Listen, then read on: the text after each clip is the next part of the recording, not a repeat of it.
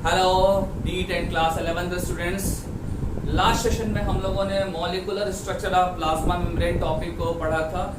Molecular structure of plasma membrane में मैंने आपको डिफरेंट मॉडल्स की लिस्ट बताई थी। आपको लिस्ट में आपने सबसे लास्ट में जो टॉपिक पढ़ा था वो था आपका fluid mosaic model. Fluid mosaic model मैंने डिटेल किया था और इस मॉडल में मैंने आपको डायग्राम बताया था। इस मॉडल का मैंने आपको कंपोनेंट्स बताया था और कंपोनेंट्स के रेशियो भी मैंने आपको बताए थे। इस मॉडल का जो कंपोनेंट्स था वो क्या था, लिपिड था। लिपिड की बाई लेयर्स थे, उसमें प्रोटीन्स थे। प्रोटीन्स के अंदर दो कंपोनेंट्स थे, पेरिफेरल प्रोटीन्स था और इंटीग्रल प्रोटीन्स था। देन मैंने आपको बताया था कार्बोहाइड्रेट के बारे में।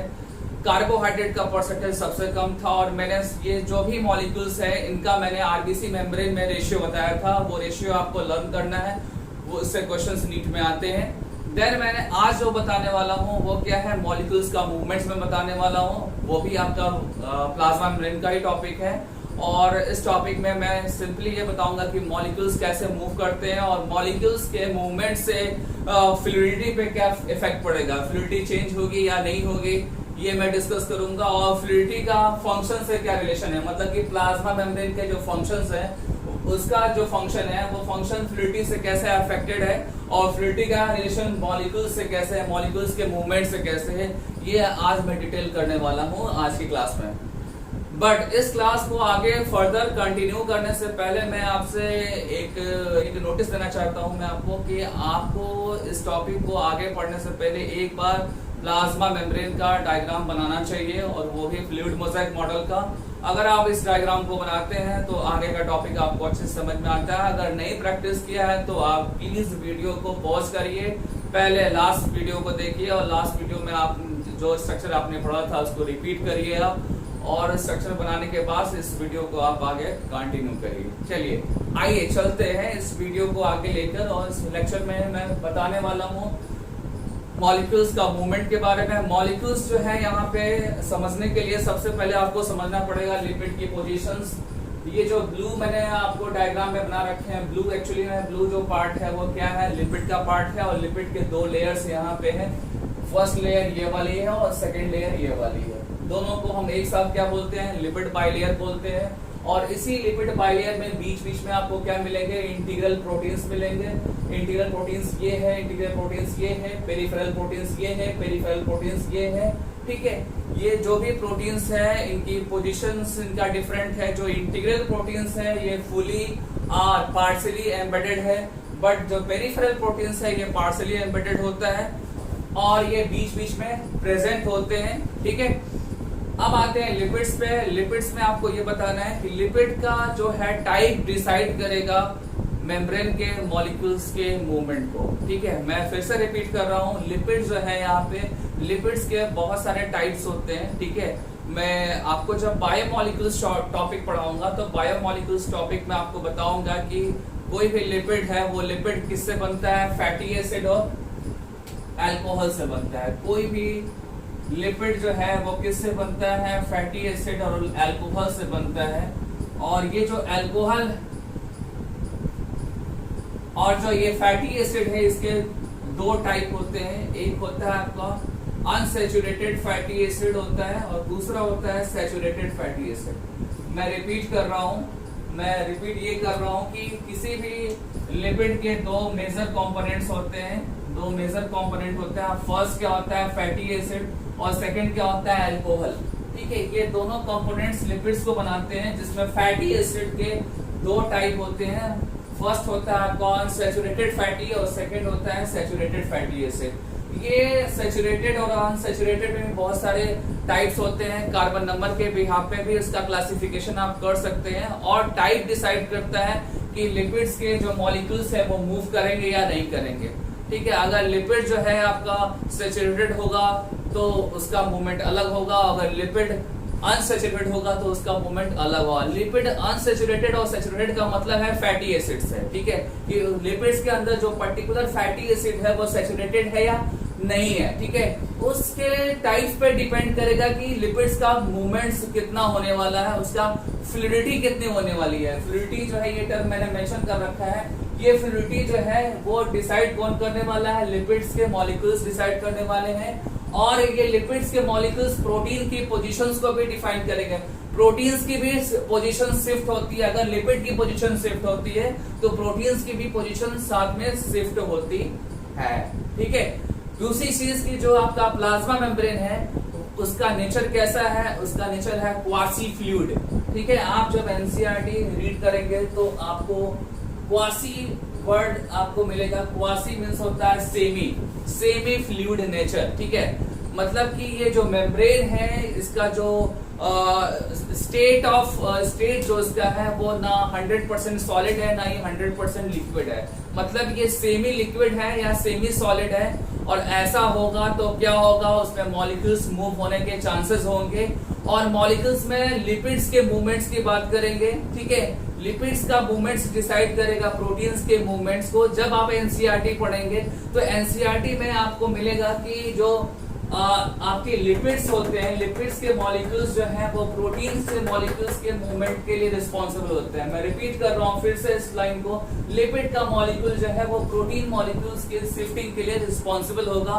अगर वो एक प्लेन में मूव करेंगे तो वो मूवमेंट होगा लैटरल मूवमेंट्स। क्या होगा, वो लैटरल मूवमेंट्स होगा। जैसे मैंने यहाँ पे मेंशन कर रखा है, ये देखिए एरो ये बता रहा है कि लिपिड जो है ये शिफ्ट हो रहा है। एक लिपिड का मॉलिक्यूल दूसरे लिपिड की तरफ जा रहा है और दूसरा वाला पहले वाले की तरफ आ रहा है। तो ये जो शिफ्टिंग है ये क्या है, लेटरल मूवमेंट्स है। और यहाँ शिफ्टिंग जो हो रहा है वैसे यहाँ पे भी होगा, ऐसे पूरे एक लेयर में ये शिफ्टिंग होगी। अगर एक सिंगल लेयर में ये शिफ्टिंग हो रही है और उस शिफ्टिंग से के वजह से प्रोटीन्स भी शिफ्ट कर रहा है तो वो आपका मूवमेंट कैसा होगा, लेटरल मूवमेंट्स होगा। ठीक है, बट ध्यान देना होगा, एक सिंगल लेयर में शिफ्टिंग होगी तो लेटरल होगा, अगर दोनों लेयर्स में जो है शिफ्टिंग होगी तो वो मूवमेंट आपका होगा फ्लिप फ्लॉप मूवमेंट्स। यहाँ मैंने मेंशन कर रखा है क्या, flip flop movements. Flip flop movements में क्या है कि ये जो मॉलिक्यूल्स है यहाँ आ जाएगा और यहाँ वाला मॉलिक्यूल्स यहाँ शिफ्ट हो सकता है। ठीक है, तो ऐसा मूवमेंट जब भी आपको दिखेगा लिपिड के अंदर तो वो जो मूवमेंट होगा वो होगा flip flop movement.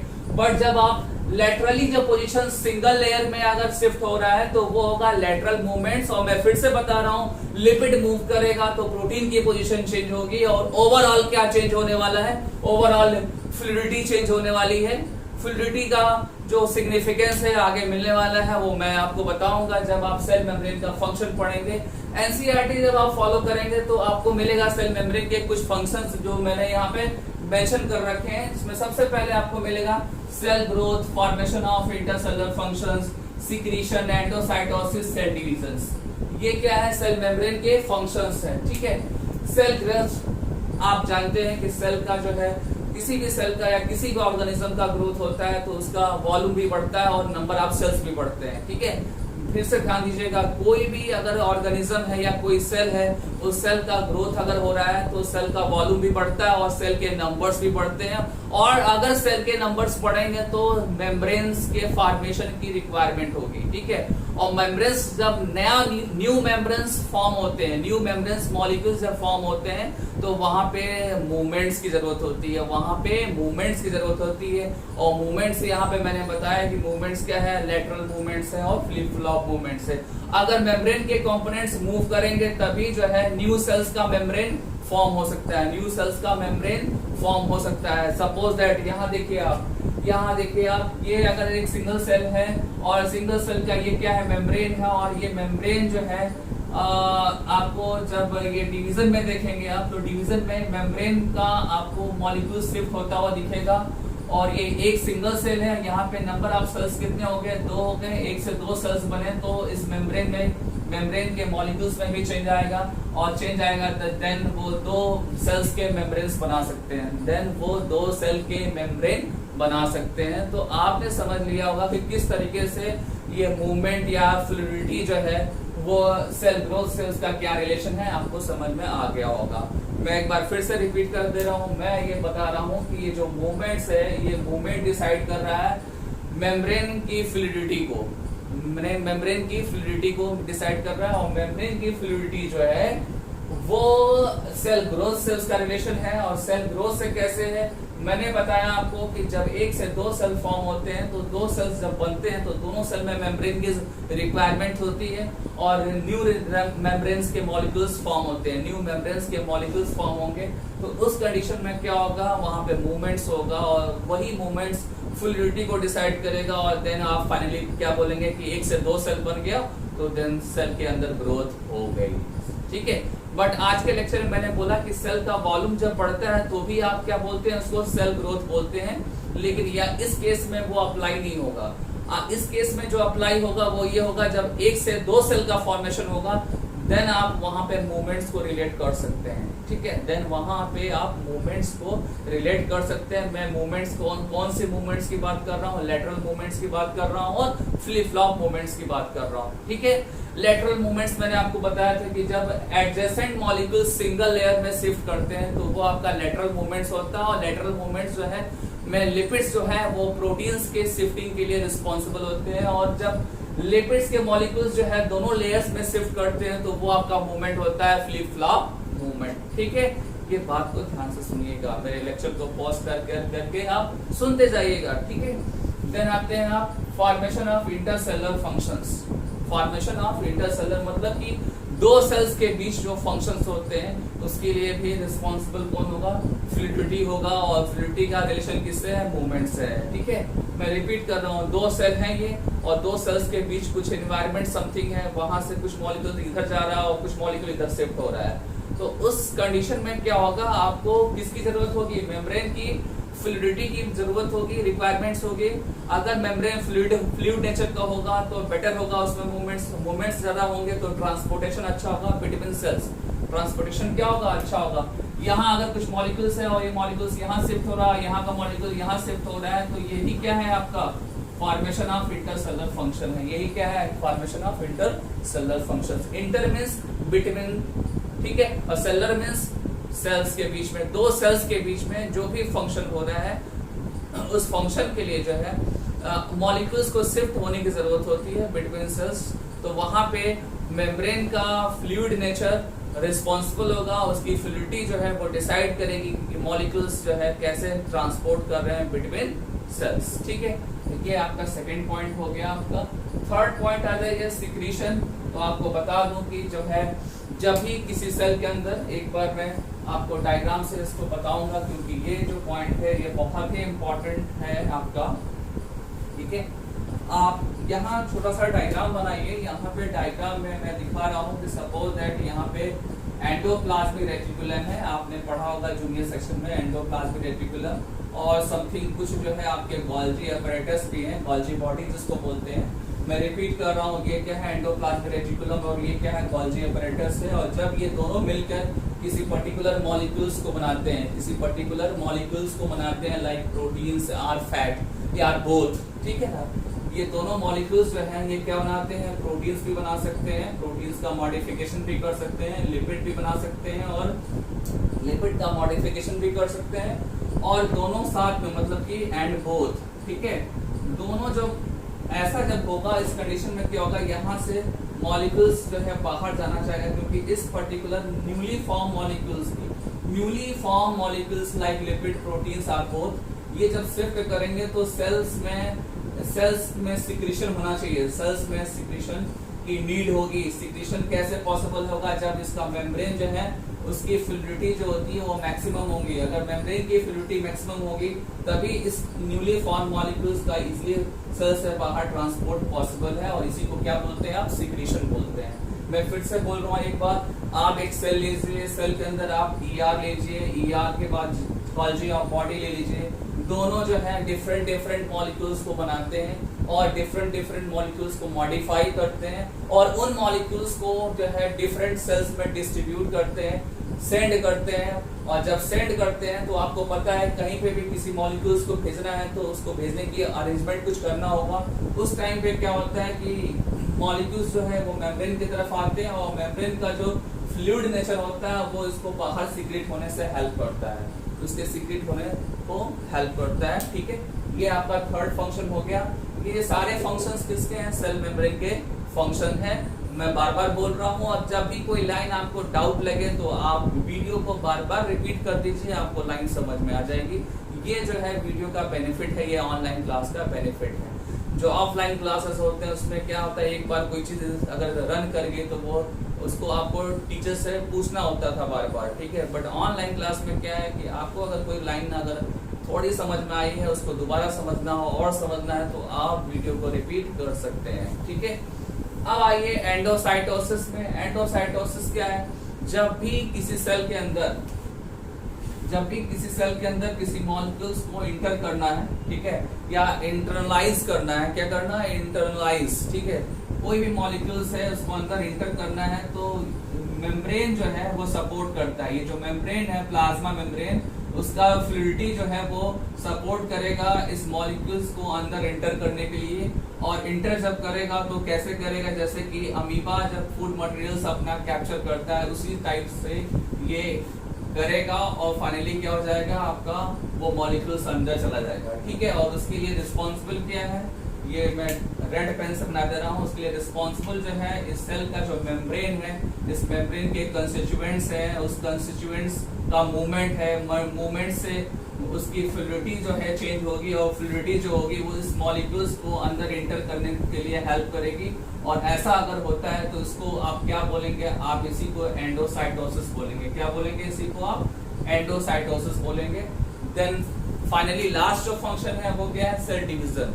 Cell division मैंने यहाँ पे आपको ऑलरेडी बता दिया कि जब एक से दो सेल बनेंगे तो वहां पर क्या होगा, सेल मेम्ब्रेन के फॉर्मेशन की जरूरत होगी, सेल मेम्ब्रेन के मॉलिक्यूल्स की जरूरत होगी, और वो मॉलिक्यूल्स जो है जब फॉर्म होंगे तभी दो सेल्स या सेल का डिविजन हो सकता है, ठीक है।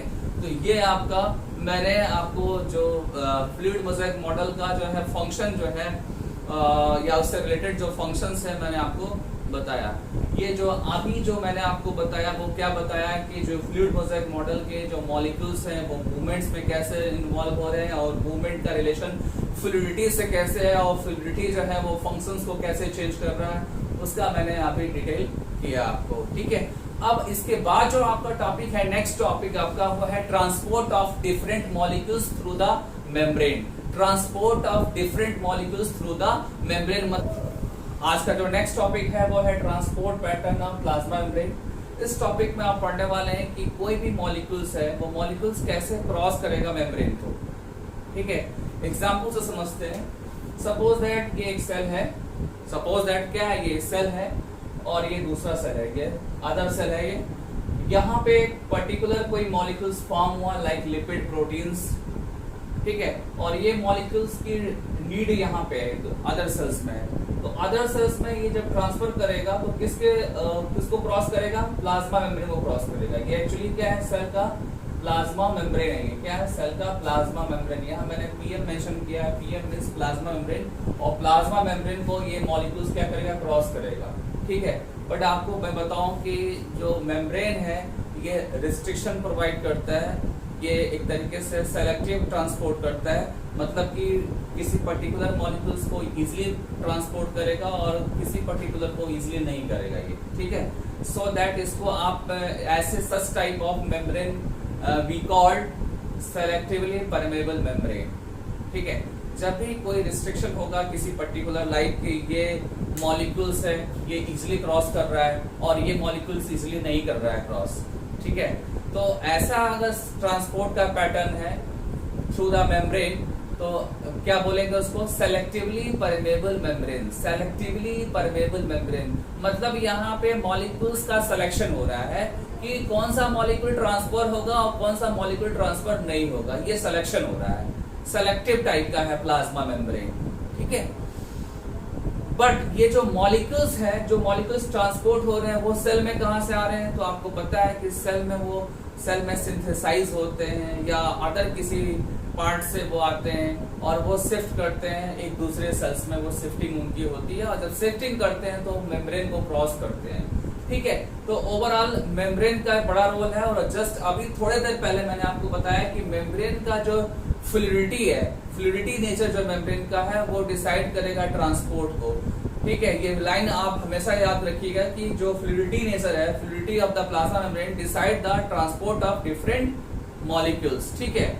और जो प्लाज्मा मेम्ब्रेन है वो मॉलिक्यूल्स के, डिफरेंट मॉलिक्यूल्स के ट्रांसपोर्ट के बिहार पे उनका नेम भी क्या है, डिफरेंट है। उनका नेम क्या है, डिफरेंट है। ये लाइन बहुत बहुत बहुत ध्यान से सुनिएगा। यहाँ देखिए आप, ये क्या है, प्लाज्मा मेम्ब्रेन। और ये प्लाज्मा मेम्ब्रेन के मैंने दो टाइप्स यहाँ मेंशन कर रखे हैं। फर्स्ट जो टाइप है वो क्या है, सेलेक्टिवली परमेबल मेम्ब्रेन। यहाँ आप ध्यान से देखना, ये क्या है, सेलेक्टिवली परमेबल मेम्ब्रेन। और ये आपका क्या है, सेमी परमेबल मेम्ब्रेन है। सेलेक्टिवली परमेबल मेम्ब्रेन्स जो होते हैं वो एक्चुअली में सॉल्यूट मॉलिक्यूल्स के लिए होते हैं। वो किसके लिए होंगे, solute molecules like sugar, like lipids, like carbohydrate, like ions या अदर्स मॉलिक्यूल्स। बट जब सेमी परमेबल मेम्ब्रेन की बात करेंगे तो सेमी परमेबल मेम्ब्रेन जो होते हैं वो ओनली वाटर के मूवमेंट्स के लिए होते हैं, ओनली वाटर के मूवमेंट्स के लिए होते हैं, ठीक है। जब वाटर के मूवमेंट्स को एक्सप्लेन करेंगे तो स्टेटमेंट होगा सेमी परमेबल मेम्ब्रेन। जब ओनली सॉल्यूट्स की बात करेंगे like sugar, carbohydrate, proteins, ions, ठीक है, इसके ट्रांसपोर्ट की बात करेंगे तो वहां जो टर्म यूज करेंगे वो क्या होगा, सेलेक्टिवली परमेबल मेम्ब्रेन। सॉल्यूट्स के लिए सेलेक्टिवली और सॉल्वेंट के लिए सेमी। मैं रिपीट कर रहा हूं, सॉल्यूट्स के लिए सेलेक्टिवली और सॉल्वेंट के लिए सेमी, ठीक है।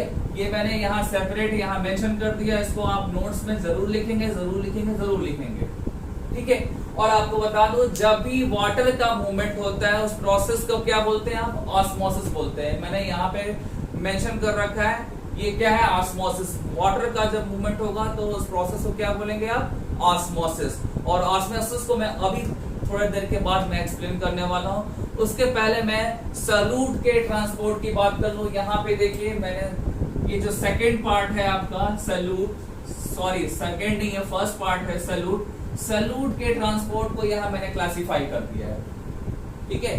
मैंने यहाँ पे जो मैंने मेंशन किया है सॉल्यूट का ट्रांसपोर्ट, उसको मैंने यहाँ क्लासिफाई किया है। और मैंने बताया है कि सॉल्यूट जो है ट्रांसपोर्ट जब करेंगे तो उसके दो ट्रांसपोर्ट मेथड है।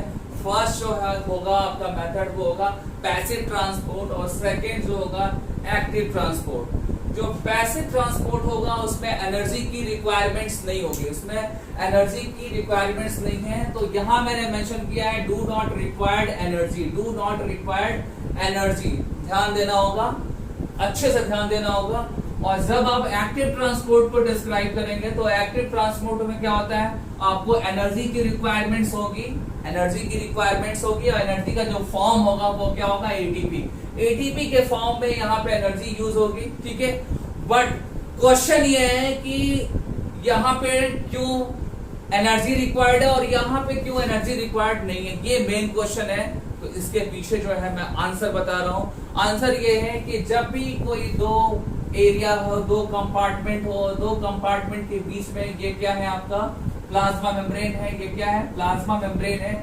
और प्लाज्मा मेम्ब्रेन के वन साइड में हाई कंसंट्रेशन है सॉल्यूट का, हाई कंसंट्रेशन है यहाँ सॉल्यूट का, ठीक है। और अदर साइड में क्या है, लो कंसंट्रेशन है सॉल्यूट का, अदर साइड में लो कंसंट्रेशन है सॉल्यूट का। तो उस कंडीशन में क्या होता है कि जो मॉलिक्यूल्स होते हैं सॉल्यूट्स के वो हाई से लो की तरफ जाएंगे, हाई से लो की तरफ शिफ्ट करते हैं, ठीक है। और ऐसा अगर हुआ तो यहाँ इस टाइप का जो मूवमेंट होगा सॉल्यूट का वो होगा पैसिव ट्रांसपोर्ट। क्या होगा, इस टाइप का जो ट्रांसपोर्ट होगा जब मॉलिक्यूल्स जो है सॉल्यूट मॉलिक्यूल्स हाई से लो की तरफ जाएंगे तो ये होगा पैसिव पैसिव पैसिव, ठीक है। और पैसिव में एक और टर्म यूज करते हैं, वो क्या है, वो है down the concentration gradient, down the concentration gradient. ये ध्यान दीजिएगा, ये सारे टॉपिक आगे काम आने वाले हैं। लाइक आपका ट्रांसपोर्ट इन प्लांट्स आपका चैप्टर है, प्लांट फिजियोलॉजी का, अदर बहुत सारे चैप्टर्स में ये यूज होने वाला है। सो दैट इसको अच्छे से याद रखिएगा। मैंने यहाँ पे पैसिव ट्रांसपोर्ट में ये बोला कि जब भी सॉल्यूट हाई कंसंट्रेशन से लो कंसंट्रेशन की तरफ मूव करेगा तो उसके लिए अदर जो टर्म यूज करते हैं वो क्या है, down the concentration gradient, down the concentration gradient. इसका मीनिंग है कि लो कंसंट्रेशन की तरफ अगर मूवमेंट हो रहा है तो उसी को क्या बोलेंगे, डाउन द कंसंट्रेशन ग्रेडियंट। और इसका अपोजिट आप ले लो, अपोजिट में डायग्राम जो बनेगा कुछ इस तरीके से बनेगा। अपोजिट में जो डायग्राम बनेगा कुछ इस तरीके से बनेगा कि यहाँ आप कर देंगे लो और यहाँ कर देंगे हाई। हाई किसका? लो कंसंट्रेशन, आप लिखिए low concentration of solute, then high concentration of solute यहाँ आपने मेंशन किया। और जो सॉल्यूट्स का मूवमेंट पैटर्न है, ठीक है, वो क्या हो गया? हाई से लो की तरफ हो गया, सॉरी लो से जो मूवमेंट का पैटर्न होगा वो क्या होगा? लो टू हाई होगा। जो मूवमेंट का पैटर्न होगा वो क्या होगा? लो टू हाई होगा। और ये आपको इसका जस्ट अपोजिट दिख रहा है। और ये अननेचुरल प्रोसेस है। ये क्या है? अननेचुरल प्रोसेस है। और ये क्या है? नेचुरल प्रोसेस है। तो यहाँ पे एनर्जी रिक्वायर्ड नहीं है, बट यहाँ पे एनर्जी रिक्वायर्ड है। ठीक है, इसको ऐसे समझ सकते हैं कि जब किसी परफ्यूम की बोतल और डीओ की बोतल आप किसी रूम में एक जगह पे कॉर्नर में आप जब प्रेस करते हैं तो उस बोतल के अंदर जो होता है, जो गैस या लिक्विड के जो मॉलिक्यूल्स होते हैं वो डेंस होते हैं, हाईली कॉन्सेंट्रेशन होता है। बट जैसे आप स्प्रे करते हैं पूरे रूम में वो स्प्रेड कर जाता है मॉलिक्यूल्स। ठीक है, यहाँ जो बॉटल है, बॉटल में कॉन्सेंट्रेशन हाई है बट सराउंडिंग में जो कॉन्सेंट्रेशन है वो क्या है? लो है। तो हाई से लो की तरफ मूव किया, इसमें कोई एनर्जी की जरूरत नहीं है, किसी की एनर्जी की रिक्वायरमेंट नहीं है। तो यहाँ पे जो होगा वो पैसिव ट्रांसपोर्ट होगा। ठीक है, और पैसिव में भी डिफ्यूजन होगा। ये क्या होगा?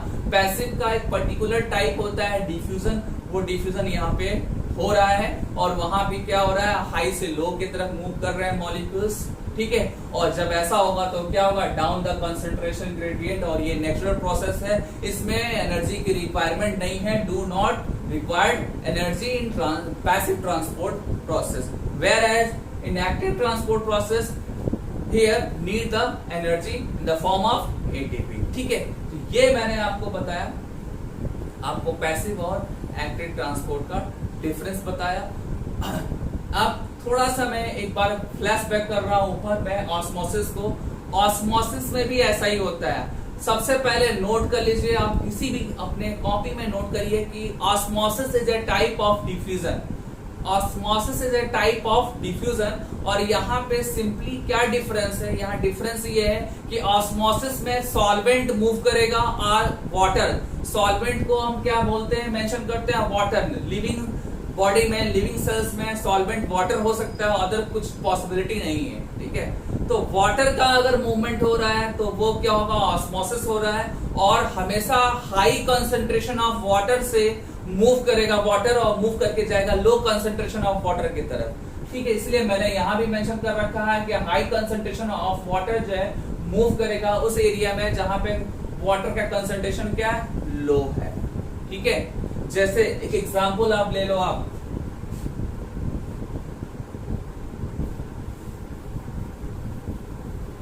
जैसे आप एक एग्जांपल ले लो कि एक आपका कंटेनर है और कंटेनर में रेजिन पड़ा हुआ है। ठीक है, रेजिन के अंदर क्या है? शुगर मॉलिक्यूल्स हैं। और यहाँ सॉल्यूट का कॉन्सेंट्रेशन क्या है? यहाँ अंदर की तरफ सॉल्यूट जो है हाई है कॉन्सेंट्रेशन, और सॉल्वेंट जो है आपका क्या है? ये लो कॉन्सेंट्रेशन है। बट ये जो वाटर है यहाँ तो क्या है? ओनली वाटर है। और वाटर का कॉन्सेंट्रेशन क्या है? यहाँ पे हाई है। यहाँ वाटर हाई है बट यहाँ पे जो वाटर है लो है। तो वाटर का शिफ्टिंग कहाँ से होगा? यहाँ से इधर की तरफ होगा। और कुछ दिन के बाद ये रेजिन जो है स्वेल कर जाएगा। क्या हो जाएगा? रेजिन स्वेल कर जाएगा, बिकॉज बाहर का जो वाटर है वो अंदर एंटर किया है। वाटर कंसंट्रेशन यहाँ हाई है और यहाँ पे लो है, सो दैट वाटर मूव करेगा इनसाइड में। तो ये क्या है? एग्जांपल है ऑस्मोसिस का। ठीक है, और मैं फिर से रिपीट कर रहा हूँ कि osmosis is a type of diffusion. ठीक है, बट डिफरेंस क्या है कि डिफ्यूजन में सॉल्यूट्स मॉलिक्यूल्स मूव करते हैं और ऑस्मोसिस में सॉल्वेंट मूव करते हैं। सॉल्वेंट लिविंग सेल्स में क्या हो सकता है? वाटर होगा। ठीक है, तो ये आपका ये ट्रांसपोर्ट में ये इतना हो गया। अब हम डिस्कस करेंगे, कुछ एग्जांपल्स की बात करेंगे। एक्टिव ट्रांसपोर्ट में मैं एग्जांपल्स की बात करूंगा। पैसिव ट्रांसपोर्ट को मैं फर्दर क्लासिफाई करने वाला हूं, उसके लिए मैं फ्लो चार्ट बनाऊंगा आपके सामने। पैसिव ट्रांसपोर्ट और एक्टिव ट्रांसपोर्ट को मैंने यहाँ क्लासिफाई कर दिया है। एक्चुअली मैंने पैसिव ट्रांसपोर्ट को क्लासिफाई किया है क्योंकि एक्टिव में फर्दर कोई क्लासिफिकेशन नहीं है, जैसा कि एनसीईआरटी के अकॉर्डिंग हम डिस्कस कर रहे हैं। पैसिव ट्रांसपोर्ट में सबसे पहले हम ये बता दें कि यहाँ पे सल्यूट जो है डिफरेंट टाइप के हैं और डिफरेंट टाइप के सल्यूट्स का जो ट्रांसपोर्टेशन है वो डिफरेंट डिफरेंट मेथड्स है, ठीक है। लाइक यहाँ आप देखो सल्यूट्स जो है न्यूट्रल है, यहाँ पे वाटर है, वाटर एक डिफरेंट टाइप का मॉलिक्यूल्स है, और यहाँ पे जो है पोलर मॉलिक्यूल्स हैं, पोलर सल्यूट्स हैं, ठीक है। यहाँ पे आप मेंशन कर सकते हैं पोलर सल्यूट्स। पोलर मीन्स यहाँ पे ये है कि या तो ये पॉजिटिव चार्ज कंटेन करेगा या तो नेगेटिव कंटेन करेगा, आइदर पॉजिटिव और नेगेटिव, कोई एक चार्ज इसमें होगा, that's why this salutes is called polar molecules, ठीक है। और जब विदाउट चार्ज होगा तो यहाँ आप लिख सकते हैं विदाउट चार्ज, न्यूट्रल लिख सकते हैं आप, इसमें कोई चार्ज नहीं है तो ये न्यूट्रल सल्यूट्स होगा। और न्यूट्रल सल्यूट्स जैसे मैंने अभी एक्सप्लेन किया था कि किसी रूम के अंदर बॉटल जब स्प्रे करेंगे तो हाई से लो कंसंट्रेशन की तरफ जाएगा, तो वो वैसा ही यहाँ पे है, इसलिए मैंने यहाँ पे सिंपल डिफ्यूजन लिखा है। और एक चीज ध्यान दीजिएगा कि सिंपल डिफ्यूजन जो है वो मेम्ब्रेन क्रॉस करने के लिए भी यूज हो सकता है, मेम्ब्रेन को क्रॉस करके भी मॉलिक्यूल्स आ सकते हैं, और सेल्स के अंदर इंट्रासेलुलर स्पेस में भी, इंट्रासेलुलर स्पेस में दैट लाइक दैट, यहाँ पे अगर कोई मॉलिक्यूलर कॉन्सेंट्रेशन हाई है तो यहाँ से यहाँ शिफ्ट होगा, तो वो भी क्या है, is a kind of simple diffusion. और मेम्ब्रेन को क्रॉस करके जाएगा तो वो भी क्या है, काइंड ऑफ सिंपल डिफ्यूजन। तो दोनों जगह पे अप्लाई करेंगे। सेल्स के साइटोप्लाज्म में अगर मॉलिक्यूल्स एक प्लेस से दूसरे प्लेस पे जा रहा है तो वो भी डिफ्यूजन है, ठीक है। और अगर बाहर से कोई सेल आके और सेल के अंदर जा रहा है तो वो भी क्या है, सिंपल डिफ्यूजन है। बट कंडीशन हमारा क्या है इस वाले में, इसमें कंडीशन ये है कि जब मेम्ब्रेन को क्रॉस करेगा तो हमेशा वो मॉलिक्यूल्स क्या होना चाहिए, न्यूट्रल होना चाहिए। अगर आप सिंपल डिफ्यूजन कंसीडर कर रहे हैं तो, अगर आप सिंपल डिफ्यूजन को डिस्क्राइब कर रहे हैं तो मॉलिक्यूल्स कैसा होना चाहिए, न्यूट्रल होना चाहिए, और न्यूट्रल मॉलिक्यूल्स ही मेम्ब्रेन को क्रॉस कर सकता है। बट साइटोप्लाज्म में कोई ऐसा प्रॉब्लम नहीं है, साइटोप्लाज्म में मॉलिक्यूल्स का नेचर डिसाइड नहीं करेगा उसके डिफ्यूजन को, वो प्लेस अपने आप चेंज कर सकता है, कोई भी उसके लिए कोई रिस्ट्रिक्शन नहीं है। देन आते हैं वाटर पे, मतलब कि ऑस्मोसिस पे आते हैं। ऑस्मोसिस में ऑलरेडी डिस्कस कर चुका हूँ, इसको और नहीं डिस्कस करूंगा। दोनों में एक चीज कॉमन है कि दोनों क्या होंगे, इजिली क्रॉस करेंगे प्लाज्मा मेम्ब्रेन को। मैंने यहाँ मेंशन कर रखा है easily cross plasma membrane, PM means plasma membrane, तो इसमें कोई प्रॉब्लम नहीं होने वाली। प्रॉब्लम यहाँ होने वाली है जब सल्यूट कैसा हो जाएगा, पोलर हो जाएगा। When solute is polar then difficulty in transportation, ठीक है, ये लाइन आपको याद रखना होगा। जब भी पोलर सल्यूट होगा तो मेम्ब्रेन से क्या होगा, क्रॉस होना टफ हो जाएगा, ठीक है। और मेम्ब्रेन से क्रॉस होना टफ हो जाएगा तो एक अल्टरनेट आपको क्या चाहिए, फैसिलेटर की जरूरत होगी। क्या चाहिए आपको, फैसिलेटर। जैसे कोई भी आप लाइक दैट ब्रह्मपुत्रा नदी है, ब्रह्मपुत्रा नदी में एक रिवर बैंक से दूसरे रिवर बैंक की तरफ जाना है, शिफ्ट होना है, तो आपको क्या चाहिए, आपको बोट चाहिए, स्टीमर चाहिए। सिमिलरली यहाँ पे भी क्या चाहिए, यहाँ पे भी कैरियर प्रोटीन्स की जरूरत है, ठीक है। आप देखें यहाँ पे कि कुछ कैरियर प्रोटीन्स जो है प्लाज्मा मेम्ब्रेन पे सिचुएटेड होते हैं, प्लाज्मा मेम्ब्रेन पे कैरियर प्रोटीन्स होते हैं। वो कैरियर प्रोटीन्स पोलर सल्यूट्स को कैरी करते हैं और मेम्ब्रेन को क्रॉस करते हैं, मेम्ब्रेन से ट्रांसपोर्ट होकर दूसरे साइड में या इधर से इधर ट्रांसपोर्ट होकर ये जा सकते हैं, ठीक है। बट रिक्वायर्ड क्या है, कैरियर प्रोटीन्स की, ठीक है। और ये जो न्यूट्रल वाटर और पोलर का जो पूरा कॉन्सेप्ट है वो वही है, down the concentration gradient, that means high to low concentration, that means high to low. ये जो कॉन्सेप्ट है ये सब में अप्लाई होगा। बट यहाँ क्या है, डिफरेंट है, यहाँ क्या है, लो टू हाई है, दैट्स वाई यहाँ पे क्या यूज हो रहा है, एनर्जी यूज हो रहा है। उसका एग्जाम्पल क्या है, सोडियम पोटेशियम पंप। ये एग्जाम्पल आपको लर्न करना होगा। एक्टिव ट्रांसपोर्ट में ये बेस्ट एग्जाम्पल है। ये आपके सेकेंड लास्ट चैप्टर है आपके 11th का, neural control and coordination. Neural control और कोऑर्डिनेशन में आपको ये सोडियम पोटेशियम पंप मिलने वाला है, ठीक है। आप यहाँ पे सिंपली लिख लीजिए नर्व कंडक्शन में यूज होगा ये जो टर्म है आपका कहाँ यूज होने वाला है, नर्व कंडक्शन में, वहाँ आपको डिटेल मिलेगा, ठीक है। तो ये आपका फिनिश हो गया। कोई भी डाउट हो आप जरूर पूछेगा। व्हाट्सएप नंबर आजकल वीडियोस में मैं शेयर कर रहा हूँ, आप शेयर पूछ सकते हैं। कोई भी NEET students, class 11th students को डाउट में पूछ सकते हैं। इवन मैं तो बोलता हूँ 11th 10th सब सारे स्टूडेंट्स को ये पढ़ना चाहिए, टॉपिक सब में इम्पॉर्टेंट है। अब इसके बाद जो नेक्स्ट टॉपिक है आपका सेल वॉल है। सेल वॉल का मैं कॉम्पोजिशन बताऊंगा, सेल वॉल का ऑपरेंस बताऊंगा, ठीक है, सेल वॉल का फंक्शन बताऊंगा। आज का जो नेक्स्ट जो टॉपिक है वो क्या है, cell wall. Plasma membrane finish करने के बाद अब सेल वॉल स्टार्ट हो रहा है। सेल वॉल का सबसे पहला जो पॉइंट है ये फ्रीली परमेबल होता है। लेकिन एनसीईआरटी के एक पॉइंट ने इसको थोड़ा सा डाउट कर दिया है। वो पॉइंट क्या है? एनसीईआरटी बोलता है कि फ्रीली परमेबल है बट अनडिजायरेबल मॉलिक्यूल्स को प्रिवेंट करता है। अनडिजायरेबल मॉलिक्यूल्स के लिए बैरियर है ये, ठीक है। ये मैं फंक्शन में आपको बताऊंगा। ये लास्ट पॉइंट है, provide barrier to undesirable molecules, ठीक है। ये पॉइंट और ये पॉइंट को रिलेट करके चलना है आपको, क्योंकि स्टूडेंट थोड़ा कंफ्यूज हो सकता है, क्योंकि प्लाज्मा मेम्ब्रेन अभी जस्ट आपने पढ़ा है, वहाँ पे क्या सेलेक्टिवली परमेबल है बट यहाँ पे क्या है? परमेबल है। बट परमेबल में भी एक रिस्ट्रिक्शन क्या है कि जो अनडिजायरेबल मॉलिक्यूल्स है वो इंटर नहीं करेंगे सेल वॉल के थ्रू, ठीक है। देन आते हैं नेक्स्ट पॉइंट, इंट्रोडक्शन पॉइंट है। जो फर्स्ट पॉइंट है वो क्या है? Is a rigid non living covering layer. मतलब कि सेल वॉल आपको पता है ना कि सेल वॉल का जो कंपोजिशन होता है वो कंपोजिशन ऐसा होता है कि सेल वॉल उसके लिए हार्ड हो जाता है, रिजिड हो जाता है और प्रोटेक्शन प्रोवाइड करता है रिजिड होने की वजह से। ये फंक्शन में बताऊंगा आपको, जब फंक्शन बताऊंगा तो वहाँ बताऊंगा कि इसके हार्ड होने से क्या इफेक्ट पड़ेगा। देन है कि इसका ऑकरेंस की बात करें तो ऑकरेंस बता दूं मैं, प्लांट्स में होते हैं और प्लांट्स में भी ये जो पॉइंट है वो हायर प्लांट्स के लिए। और हायर प्लांट्स का जो सेल वॉल है, हायर प्लांट्स का जो सेल वॉल है एक्चुअली में ये मैंने आपको बताया है सेल वॉल का कॉम्पोजिशन, ठीक है ना। ये एक्चुअली क्या है, जितने भी मैंने कॉम्पोजिशन बताए हैं ये सब इंडिविजुअल्स ऑर्गेनिजम्स के अकॉर्डिंग है। लाइक ये जो मैंने बताया है सेलुलोज, हेमीसेलुलोज, पैक्टिन, प्रोटीन्स, ये कॉम्पोजिशन प्लांट सेल वॉल और specially higher plant cell wall, specially higher plant cell wall. ये क्या है? फंगल प्लांट सेल वॉल का कॉम्पोजिशन है। फंगल प्लांट सेल वॉल जो है काइटिन से बना है, काइटिन या चीटिन भी बोल सकते हैं। और चीटिन क्या है? पॉलीमर है। किसका पॉलीमर है? एक पर्टिकुलर मॉलिक्यूल्स का, जिसको आप क्या बोलते हैं? N acetyl glucosamine. ये बहुत ही इंपॉर्टेंट है, कई बार आया हुआ है। Fungal cell wall made up by chitin and chitin is a polymer of N-acetyl glucosamine। ये आपको लर्न करना है, ठीक है। इसमें कुछ भी शॉर्टकट नहीं चलेगा आपका। इसका शॉर्ट फॉर्म बता देता हूँ मैं, N-acetyl glucosamine, मतलब कि NAG, NAG का फुल फॉर्म N-acetyl glucosamine। और ये क्या है? एक यूनिट है और इस यूनिट के रिपीटिशन से क्या फॉर्म हुआ है? काइटिन। जैसे एक वॉल होती है, वॉल को आप कंसीडर कर लीजिए कि वॉल क्या है? आपका काइटिन है। और वॉल की जो ब्रिक होती है वो क्या है? एन एसिटिल ग्लूकोसामीन है। एन एसिटिल ग्लूकोसामीन का जो शॉर्ट फॉर्म है वो होगा NAG, NAG, ठीक है।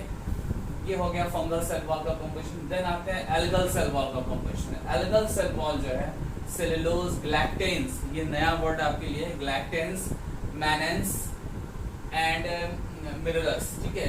ये है एल्गल सेल वॉल का कंपोजिशन, जिसमें आपको डाउट हो रहा होगा ग्लैक्टेंस और मैनेंस का। ये आप पहली बार फर्स्ट टाइम सुना है तो आप ये जान लो कि galactans is a chain of glucose, chain of galactose, chain of galactose. इसको आप नोट कर सकते हैं, चेन ऑफ ग्लैक्टोज, ठीक है, चेन ऑफ ग्लैक्टोज, ठीक है। और ये क्या है?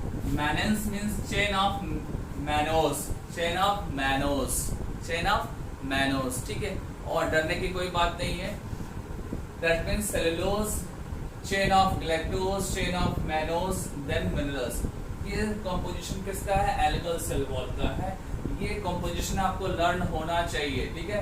हायर प्लांट्स का सेल वॉल का composition, then fungal cell wall का composition, then algal cell wall का कंपोजिशन। और आपको बता दूं बैक्टीरिया में भी सेल वॉल होता है, जो ऑलरेडी मैं डिस्कस किया हूँ मैं। बैक्टीरिया आपने पढ़ा था, प्रोकैरियोटिक सेल्स। मेरा सेकंड जो लेक्चर था वो प्रोकैरियोटिक सेल्स का स्टार्ट हुआ था। वहाँ मैंने स्टार्टिंग में बताया था कि bacterial cell wall composed by peptidoglycans और म्यूरिन्स, ठीक है। ये मैंने बता दिया है, बस आप लेक्चर से एक बार देखिए। अब आते हैं कि जो आपका सेल वॉल है, वो सेल वॉल का ज़्यादातर डिस्कशन जो है वो प्लांट के केस में है। सेल वॉल का ज़्यादातर डिस्कशन जो है वो प्लांट के केस में है। आपको बता दूं कि प्लांट जब सेल वॉल स्टडी करेंगे तो प्लांट सेल वॉल में आपको दो सेल वॉल मिलेंगे, प्राइमरी सेल वॉल मिलेगा और सेकेंडरी सेल वॉल मिलेंगे। जब भी न्यू सेल्स, यंग सेल्स होता है तो उसके अंदर क्या होता है? प्राइमरी सेल वॉल होते हैं। बट जब यंग सेल्स ओल्ड में होता है, मतलब कि जब वो मैच्योर होता है तो ग्रेजुअली कौन सा सेल फॉर्म होता है? सेकेंडरी सेल वॉल फॉर्म होता है, ठीक है। मैं रिपीट कर रहा हूँ, यंग प्लांट सेल्स है और यंग प्लांट सेल्स का जो इनिशियल जो सेल वॉल होता है एक्चुअली वो प्राइमरी सेल वॉल होता है। जब यंग प्लांट सेल्स का मैच्योर होता है और वो मैच्योर होने के बाद जब ओल्ड होता है तो धीरे ग्रेजुअली क्या होता है, सेकेंडरी सेल वॉल का फॉर्मेशन होता है। बट सेकेंडरी सेल वॉल की पोजीशन कहाँ होती है, तो मैंने पोजीशनिंग यहाँ पे मेंशन कर दिया है। ये है जो रेड लाइंस है आपको दिख रही है, रेड लाइंस क्या है एक्चुअली में सेकेंडरी सेल वॉल है। ये बाहर की तरफ क्या है, प्राइमरी सेल वॉल्स है। और इनर मोस्ट जो है वो क्या एक्चुअली में प्लाज्मा मेम्ब्रेन है। ये क्या है, प्लाज्मा मेम्ब्रेन। ये जो भी मैंने पोजीशन यहाँ बना के रखा है इसको लर्न करना है। इस पे बहुत बार एमसीक्यू पूछा गया है पोजीशंस को लेकर। कभी कभी ऐसा भी होता है कि सेकेंडरी सेल वॉल का पोजीशन पूछता है नीट में, कभी प्राइमरी सेल वॉल का पोजीशन पूछेगा, कभी मिडिल लेवल का पोजीशन पूछेगा। तो आपको क्या करना है, इस वीडियो लेक्चर को पॉज करके और डायग्राम को अच्छे से बनाना है और नोट करना है कि किसकी पोजीशन कहाँ पे है। जैसे मैं अगर आपसे पूछूं कि सेकेंडरी सेल वॉल की पोजीशन क्या है, तो आप बताओगे आंसर में कि between the plasma membrane and primary cell wall. Then second question पूछूं कि पोजीशन ऑफ मिडिल लेवल, तो आप क्या बताएंगे, between the two primary cell wall of the neighbour cells, ठीक है ना। जो प्राइमरी सेल वॉल है दो सेल के, उनके बीच में मिडिल लेवल आपको मिलेगी, ठीक है। ऐसे आपको पोजीशन समझना होगा। और मैं बता दूं कि जो प्राइमरी सेल वॉल होती है वो थोड़ी सी हाइड्रेटेड होती है, उसमें ग्रोथ के पूरे चांस होते हैं, ठीक है। और जो सेकेंडरी सेल वॉल होती है वो कंपेरेटिवली लेस हाइड्रेटेड होते हैं, उसमें कंपोजिशन में थोड़ा डिफरेंट हो जाता है, वो थोड़े हार्ड भी होते हैं सेकेंडरी सेल वॉल। और ये secondary cell wall mature cells में मिलेंगे और आपको आगे के क्लासेस में मैं डिटेल बताने वाला भी हूँ आपको।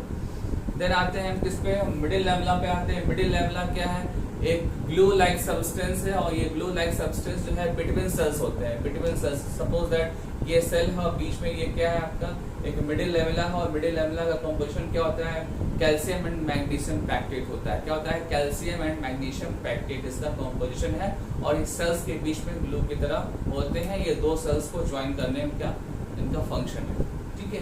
तो ये आपका हो गया। अब आते हैं एक इम्पॉर्टेंट पॉइंट पे जो एनसीईआरटी ने मेंशन किया है, उसको धीरे धीरे ग्रेजुअली आप पढ़िएगा। मैंने मेंशन किया है the cell wall of the young plants cells, the primary cell wall is capable of growth which gradually diminishes as the cell matures। जैसे जैसे सेल मैच्योर होता है वैसे वैसे क्या होता है, प्राइमरी सेल्स कम होता जाता है। And the secondary cell wall is form, और सेकेंडरी सेल वॉल क्या होता है, फॉर्म होता है। और उसकी पोजीशन क्या है, टुवर्ड द मेम्ब्रेन। तो ये आपका टुवर्ड द मेम्ब्रेन है, ये सेकेंडरी सेल वॉल है और ये क्या है, मेम्ब्रेन है, इसी की तरफ ये फॉर्म होगा, ठीक है। तो ये एनसीईआरटी की लाइन थी, आपको एज इट इज लर्न करना है, इसमें कोई चेंज नहीं करना है। नेक्स्ट आते हैं फंक्शन की तरफ। फंक्शन में आप बताऊं आपको कि इसका सबसे पहला जो फंक्शन है, फर्स्ट फंक्शन है वो क्या है, मेंटेन शेप ऑफ सेल्स। आपको पता है कि सेल वॉल जो होता है रिजिड होता है, नॉन लिविंग होता है, सो दैट वो रिजिड होने की वजह से क्या होता है, सेल के शेप को मेंटेन करता है। दूसरा मैकेनिकल डैमेज से प्रोटेक्ट करता है और अदर इन्फेक्शन से, जैसे कोई फंगस या कोई बैक्टीरिया इन्फेक्शन करना चाह रहा है तो नहीं कर पाएगा due to rigid cell wall, ठीक है। देन है सेल टू सेल इंटरेक्शन के लिए होता है, ये एनसीईआरटी की लाइन बता रहा हूँ आपको। ये सेल टू सेल इंटरेक्शन में भी हेल्प करेगा सेल वॉल। और फाइनली क्या करेगा, ये अनडिजायरेबल मॉलिक्यूल्स को क्रॉस करने से प्रिवेंट करेगा, ठीक है। एक लास्ट में टॉपिक है आपका प्लाज्मोडेस्माटा, ये भी नोट करिए आप। प्लाज्मोडेस्माटा एक्चुअली कहाँ होता है, प्लाज्मोडेस्माटा जो है ये होता है यहाँ पे बीच में। जब आप ट्रांसपोर्ट इन प्लांट्स चैप्टर में जाएंगे तो वहाँ डिटेल मिलेगा और आपको मिलेगा क्या कि सेल वॉल को और मिडिल लेवला को ये एक टनल जो है, एक टनल या एक ट्यूब जो है क्रॉस करता है, और क्रॉस करता है और क्रॉस करके क्या करता है, दो साइटोप्लाज्म, ये साइटोप्लाज्म और ये भी सेल का साइटोप्लाज्म, दोनों को क्या करता है, इंटरचेंज करने में हेल्प करता है। मतलब यहाँ से भी मॉलिक्यूल ट्रांसपोर्ट हो सकता है और यहाँ से भी मॉलिक्यूल्स ट्रांसपोर्ट होगा, बट किसके हेल्प से होगा, प्लाज्मोडेस्माटा। ये जो ट्यूब है, ये एक्सटेंशन जो है वो क्या है, प्लाज्मोडेस्माटा। और प्लाज्मोडेस्माटा सेल वॉल और मिडिल लेवला को क्रॉस कर देता है, क्रॉस करके और ट्यूब जैसा स्ट्रक्चर बनाता है और दो सेल्स को कनेक्ट करता है और मॉलिक्यूल्स को ट्रांसफर करता है from this to this and this to this, ठीक है। ये आपका प्लाज्मोडेस्माटा हो गया। प्लाज्मोडेस्माटा को मैं फर्दर इसका एक चैप्टर है पर्टिकुलर ट्रांसपोर्ट इन प्लांट्स, वहाँ मैं डिस्कस करूँगा। और पिट्स का भी डिस्कशन करूँगा। पिट्स एक टॉपिक मिलेगा आपको, वो मिलेगा एनाटॉमी में। बिट्स ऑफ प्लाज्मा टेस्ट मेटा एक बार फिर से मैं डिस्कस करूंगा, आपको टेंशन लेने की ज़रूरत नहीं है। जो मैंने अभी सवाल में बताया वो लर्न करिए, स्पेशली इस डायग्राम में जो लेयर्स है उनकी positions, then functions, then plant cells का ऑकरेंस, उनका कॉम्पोजिशंस, ये सारी चीज़ें आप पढ़ के प्रिपेयर करिए। और जल्द ही अब नेक्स्ट टॉपिक में हम मिलेंगे, नेक्स्ट लेक्चर में मिलेंगे। नेक्स्ट लेक्चर हमारा क्या है, endo membranal system. Endo membranal system ये बहुत ही इंटरेस्टिंग टॉपिक है, बट एक चीज़ ध्यान देना, class 11th students, NEET student तो ऑलरेडी 11th रीडिंग करके पढ़ के आया रहता है तो उसको ज़्यादा प्रॉब्लम नहीं होती है, लेकिन 11th स्टूडेंट जो है लेक्चर्स को आप एक बार ध्यान से नोट करिएगा, क्योंकि नोट करना ज़रूरी है। और ग्रेजुअली क्या होगा, धीरे धीरे सिलेबस आपका बढ़ता जाएगा और लेंथी होता जाएगा और आपको परेशानी होगी। सो दैट आप डे बाय डे चीज़ों को लर्न करिए, समझिए, उसको नोट्स बनाइए, ठीक है। और नीट स्टूडेंट्स भी पढ़ते रहिए, आपका नीट एग्ज़ाम होने वाला है, अब ज़रूरी है पढ़ना। सारे पॉइंट्स आते हैं, एनसीईआरटी बेस्ड ही सारे क्वेश्चंस आते हैं, मैं बार बार ये बात बोलता हूँ। Okay, thank you, bye.